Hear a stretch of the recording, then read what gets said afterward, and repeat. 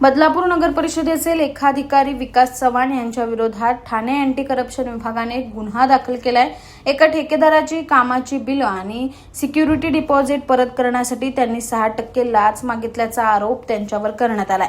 या प्रकरणातील तक्रारदार यांची कंपनी रस्ते बांधणीचं काम करते। त्यांना कुळगाव बदलापूर नगर परिषदेच्या काही कामांचं कंत्राट मिळालं असून त्यांची कामं सध्या प्रगतीपथावर आहेत। या कामांपैकी 2 कामांचं 17,44,000 रुपये बिल आणि पूर्वी केलेल्या कामांचं सिक्युरिटी डिपॉझिट 4,99,000 रुपये अशी एकूण 22,43,000 रुपयांची रक्कम तक्रारदाराच्या खात्यात जमा करण्यात आली होती।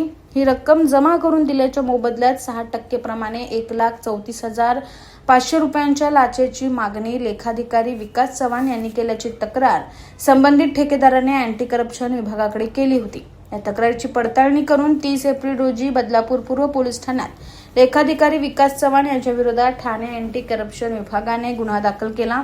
यामुळे पालिका वर्तुळात खळबळ उडाली आहे।